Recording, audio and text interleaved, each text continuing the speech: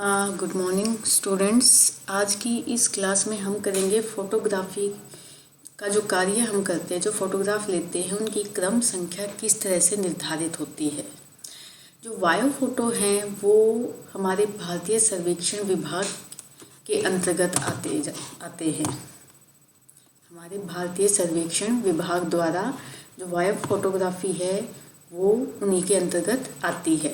तो यहाँ पर हमने क्या किया है, यहाँ पे हमने 3 संस्थाओं को यह काम सौंपा है। पहली भारतीय वायुसेना, दूसरी वायु सर्वेक्षण कंपनी डमडम और तीसरी राष्ट्रीय सुदूर संवेदन संस्था। तो ये जो तीनों ही हमारी संस्थाएं हैं ये बायो फोटोग्राफी को लेते हैं, उसकी देखरेख का काम इन्हीं के जिम्मे आता है। अब इसमें हर एक के सामने आप देखोगे कि भी भारतीय वायुसेना के सामने ए लिखा हुआ है, वायु सर्वेक्षण डम कंपनी के सामने बी लिखा हुआ है, राष्ट्रीय सुदूर संवेदन संस्था के सामने सी लिखा हुआ है। इसका मतलब यही है कि भाई जो फोटोग्राफ भारतीय वायुसेना ने लिखे उसके सामने आपको ए लिखा मिलेगा, जो फोटोग्राफ वायु सर्वेक्षण कंपनी ने लिए उसके आगे आपको बी लिखा मिलेगा, और जो राष्ट्रीय सुदूर संवेदन संस्था द्वारा लिए गए उसके आगे आपको सी मिलेगा। तो भारतीय सर्वेक्षण विभाग द्वारा प्रत्येक फोटोग्राफी करने वाली संस्था को ए बी सी नंबर हमने दे दिए हैं, जिससे जो फोटोग्राफी का रिकॉर्ड है वो सही रखा जाता है। जैसे यहाँ पर उदाहरण दिया हुआ है 347 ए, यानी कि ए आ गया तो ये जो फोटोग्राफ है ये भारतीय वायुसेना द्वारा लिया गया है। फिर अगर तीसरे नंबर पे देखें 564 सी आ गया तो ये जो फोटोग्राफ है हमारा ये राष्ट्रीय सुदूर संवेदन संस्था द्वारा लिया गया है। फिर हम बात करते हैं फोकल दूरी की। फोकल दूरी क्या होता है? यह कैमरा की केंद्र से नेगेटिव के बीच की दूरी है। जब भी हम फोटोग्राफ लेते हैं कैमरा का जो केंद्र होता है और जो हमारा ग्राउंड पे जो पॉइंट होता है उसके बीच की दूरी होती है। इसका प्रयोग हम फोटो मापने निकालने के लिए करते हैं। अब यहाँ पर एक बहुत इम्पोर्टेंट टर्म यूज़ हो रही है ओवरलैपिंग, यानी कि अतिव्यापन। देखो क्या होता है, जब भी वायुयान फोटोग्राफ लेता है तो उसमें कुछ हिस्सा पहले फ़ोटो का भी आता है। जब पीछे वाला फ़ोटो होता है उसका भी कुछ हिस्सा हमारे उसमें आ जाता है। तो जो दोबारा लिया गया भाग होता है उसको हम यहाँ पर अतिव्यापन बोलते हैं, यानी कि ओवरलैपिंग। और ये 2 तरह की होती है। जिस दिशा में विमान उड़ता है यानी कि अतिव्यापन की दिशा में, ठीक है, और दूसरा जो पार्श्विक अतिव्यापन है लैटरल ओवरलैपिंग। इन 2 दिशाओं में हमें ओवरलैपिंग या अतिव्यापन प्राप्त होता है। इसको हम चित्र की सहायता से देखेंगे। अब देखो ये है फॉरवर्ड ओवरलैपिंग, यानी कि विमान की दिशा में। आप देख रहे हो ये यहाँ पर हमारा विमान है तो ये इस दिशा में हमारा विमान उड़ रहा है, ठीक है। तो यहाँ पर जो पहली फोटोग्राफ ली हमने वो इस तरीके की थी, जो दूसरी फोटोग्राफ हमने ली वो ये वाली थी। तो इसमें यहाँ पर ए और बी में, फर्स्ट और सेकंड में ये वाला जो एरिया है ये हमारा कॉमन हो गया। ये कॉमन एरिया हमारा अतिव्यापन को दर्शाता है। अगर हम यहाँ पर आए, ये देखो ये हमारा 5th फोटोग्राफ है, ये हमारा 6th फोटोग्राफर है। तो इसके बीच का जो ये एरिया है ये हमारा ओवरलैप हो गया। ओवरलैप होके ये एरिया हमारा यहाँ पर दिखाई दे रहा है। तो इतना जो एरिया है हमारा, ये जो हमारा एरिया है इतना, ये हमारा यहाँ पर ओवरलैप हो गया।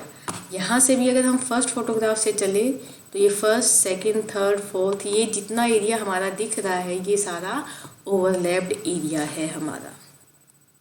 ये तो था विमान की दिशा में।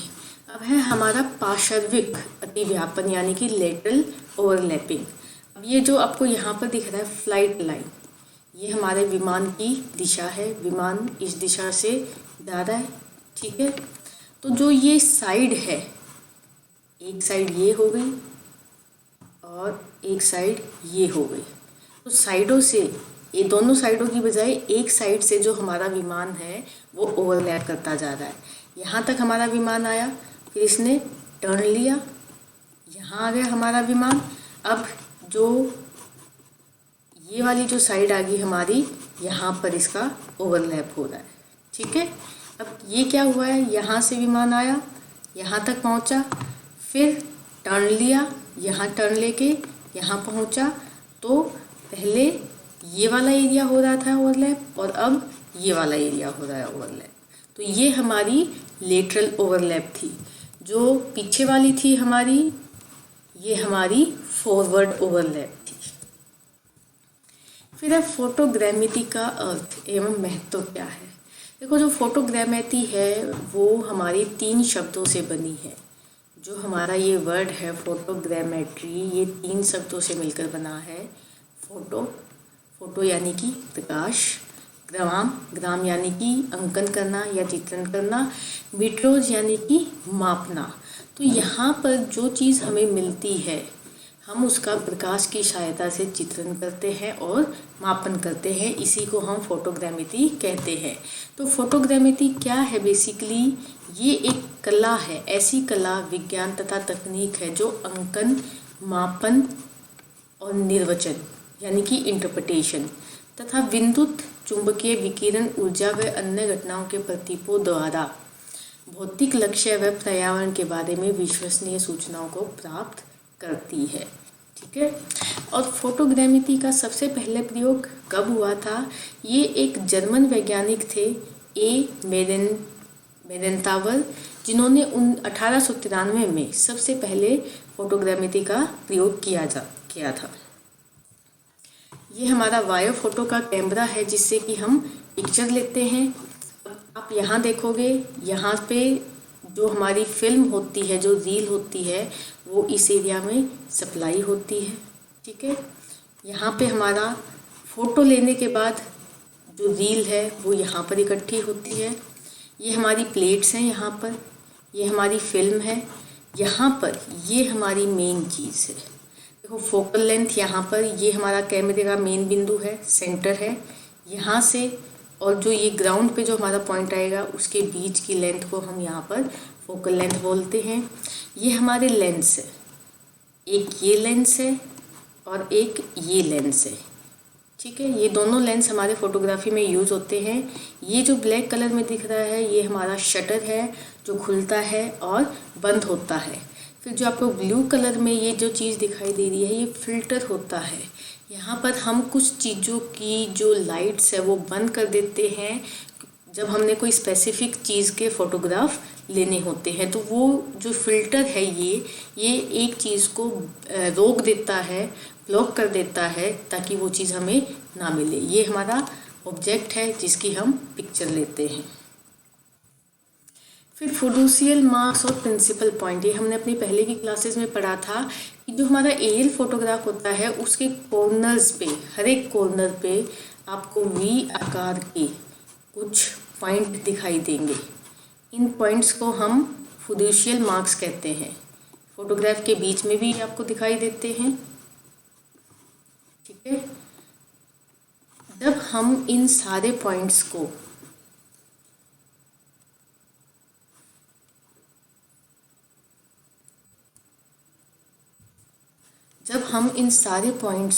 आपस में मिला देते हैं, यहाँ से यहाँ, सेंटर से भी, तो हमें जो ये एक सेंटर में जो ये पॉइंट मिलता है इसको हम प्रिंसिपल पॉइंट कहते हैं। ये हमारे एरियल फोटोग्राफ का मेन पॉइंट होता है, सेंटर पॉइंट होता है। फिर फ़ोटो लेने का सही समय कौन सा होता है? जब सूर्य जो है 30 डिग्री का कोण बनाता है, यानी कि इस दिशा में सुबह 9 से 3 बजे तक का समय हमारा उपयुक्त माना जाता है एरियल फोटोग्राफ लेने का। और ये भी ध्यान देना पड़ता है कि भी ना तो बारिश का मौसम हो, ना ज़्यादा गर्मी का मौसम हो, ना कोहरे का मौसम हो। ठीक है, जितना ज़्यादा ख़राब मौसम होगा फोटोग्राफ उतनी ही हमारी ख़राब आएंगी। फिर अब वायो फोटो की मापनी। वायु फोटो की मापनी क्या होती है? देखो, वायु फोटो में प्रदर्शित इन्हीं दो बिंदुओं के बीच की दूरी और धरातल पर भी उन्हीं दो बिंदुओं के बीच की दूरी के वास्तविक अनुपातिक संबंध को हम उस फोटोग्राफ की मापनी कहते हैं। तो ये मापनी हम निकालते कैसे हैं? फोकल दूरी डिवाइडेड बाय ऊंचाई। फोकल दूरी कितनी है कैमरे की और ऊंचाई कितनी है, उसके बेसिस पे हम वायु फोटो की मापनी निकालते हैं। इसके अलावा वायु फोटो की मापनी निकालने की कई विधियां हैं। सबसे पहले है वायु फोटो तथा धरातल के बीच परस्पर संबंध स्थापित करके। दूसरा, मानचित्र की सहायता से हम मापनी ज्ञात कर सकते हैं। तीसरा जो है फोटोग्राफी आंकड़ों से मापनी ज्ञात करना, जिससे कि कैमरे के फोकल दूरी तथा उड़ान ऊंचाई की आपसी संबंध द्वारा हम मापनी ज्ञात कर सकते हैं। अब स्टीरियोस्कोपिक दृष्टि। देखो, हमारी दो आंखें होती है। क्या कभी हमने सोचा है कि भी हमारी दो ही आंखें क्यों होती हैं? एक क्यों नहीं है, तीन क्यों नहीं है, चार क्यों नहीं है? इसके पीछे कारण है कि जो दो आंखें हैं हमारी, वो 3D व्यू बनाने में हमारी मदद करती हैं। 3D व्यू यानी कि हमें लंबाई का भी पता लग जाता है, चौड़ाई का भी और ऊंचाई का भी। तो जो हमारा स्टीरियोस्कोप है वो भी यही काम करता है। जो एरियल फोटोग्राफ हमने लिए हैं वो वैसे तो 2D होते हैं, हमें उसमें ऊंचाई नहीं दिखाई देती, लेकिन स्टीरियोस्कोप की सहायता से हम उसका 3D बना देते हैं। जब भी हमारा जो अतिव्यापन होता है यानी कि ओवरलैपिंग होती है, तो उसको हम स्टीरियोस्कोप के नीचे रख देते हैं ताकि हमें लंबाई, चौड़ाई और ऊंचाई तीनों चीज़ों का एक साथ आभास हो जाए। ये देखो, हमारा स्टीरियोस्कोपिक व्यू है, ये हमारा स्टीरियोस्कोप है, ये और ये हमारा ऑब्जेक्ट है। तो इस स्टीरियोस्कोपिक व्यू की वजह से हमें जो ये बिल्डिंग है वो 3D में दिखाई दे रही है। ये हमारा स्टीरियोस्कोप है। ये दो तरह के होते हैं, एक तो पॉकेट स्टीरियोस्कोप, ये हमारा पॉकेट स्टीरियोस्कोप है, और ये हमारा मिरर स्टीरियोस्कोप है। दोनों में फ़र्क क्या है? नेक्स्ट देखो, पॉकेट स्टीरियोस्कोप में क्या हो रहा है, हमारे पास ये दो फोटोग्राफ है, एक ये और एक ये जो एरिया है आप देखोगे ये ओवरलैप हो रहा है यहाँ पे रखा हुआ। तो पॉकेट स्टीरियोस्कोप में जब हम इन दो फोटोग्राफ्स को ओवरलैप करते हैं तो यहाँ पर जो ऑब्जेक्ट है, इस एरिया में जो हमारे ऑब्जेक्ट होते हैं वो हमें 3D व्यू में दिखाई देते हैं। यही सेम काम मिरर स्टीरियोस्कोप करता है। पॉकेट स्टीरियोस्कोप में यहाँ पर लेंसेज लगे होते हैं, ठीक है, लेकिन जो मिरर स्टीरियोस्कोप होता है उसमें ये साइड में मिरर लगे होते हैं, ठीक है, और इसमें हमें जो फोटोग्राफ है उनको ओवरलैप नहीं करना होता। एक यहाँ पर रखा हुआ है, एक यहाँ पर रखा हुआ है, तो बिना ओवरलैप किए ही इन मिरर की सहायता से जब हम यहाँ इन लेंसेज में से देखते हैं तो हमें ऑब्जेक्ट का 3D व्यू देखने को मिल जाता है। वायु फोटो की व्याख्या यानी कि इंटरप्रिटेशन ये करना क्यों ज़रूरी है? देखो, ये एक बहुत महंगा कार्य है और सब कुछ हमारी जो फ़ोटो लेने की क्वालिटी है उस पर निर्भर करता है। जब तक हम वायु फोटो की व्याख्या नहीं करते उसके लेने का पर्पस जो है वो सॉल्व नहीं होता। अब वायु फोटोग्राफ और मानचित्र में क्या अंतर है? सबसे पहले, मानचित्र किसी धरातलीय भाग का सारांश देता है और जो वायु फोटो है किसी धरातलीय भाग के सभी लक्षणों की बिंबों में दिखाता है। मतलब ये जो मानचित्र है वो सिर्फ एक सार देता है, लेकिन जो वायु फोटो है वो उसका एक ट्रू पिक्चर, सच्ची जो चित्रण है वो करता है। मानचित्र में बहुत सारे विवरण और नाम लिखित होते हैं, लेकिन वायु फोटो में ऐसा कुछ नहीं होता, कोई लिखित विवरण नहीं होता। मानचित्र में तत्वों को हम रूढ़ चिन्हों की सहायता से दिखाते हैं, लेकिन वायु फोटो में कोई रूढ़ चिन्ह प्रयोग में नहीं लाया जाता। मानचित्र पर मापनी हर स्थान पर सही और समान होती है, लेकिन वायु फोटो में मापनी जो है वो बदलती रहती है। मानचित्र को अनेक प्रक्षेपों पर हम बना सकते हैं। जो वायु फोटोग्राफ है उसका हमेशा केंद्रीय प्रक्षेप ही हमें देखने को मिलता है। मानचित्र पर अनेक रंगों का प्रयोग किया जाता है जो नियम के अनुसार होते हैं, लेकिन जो वायु फोटो होते हैं हमारे, हम उनको प्राकृतिक रंगों से ही दिखाते हैं। फिर मानचित्र को बनाने के लिए विशेष प्रशिक्षण की आवश्यकता होती है, लेकिन वायु फोटो के लिए ऐसे इसी प्रकार की जरूरत नहीं होती। मानचित्र की व्याख्या सामान्य ज्ञान की बात होती है, परंतु व्याख्या करने के लिए अनुभव का विशेष महत्व है। मानचित्र का निर्माण सर्वे पर आधारित होता है, वायु फोटो प्रकाश के नियमों पर आधारित होता है। सामान्यतः मानचित्रों की जानकारी अधूरी और पुरानी होती है, लेकिन जो वायु फोटो होते हैं हमारे, वो नवीनतम जानकारी लिए होते हैं। अब वायु फोटो का महत्व क्या क्या है? सबसे पहले जो वायु फोटो है, हमें ऊंचाई से एक व्यू देखने को मिलता है, यानी कि बर्ड आई व्यू हमें दिखाई देता है।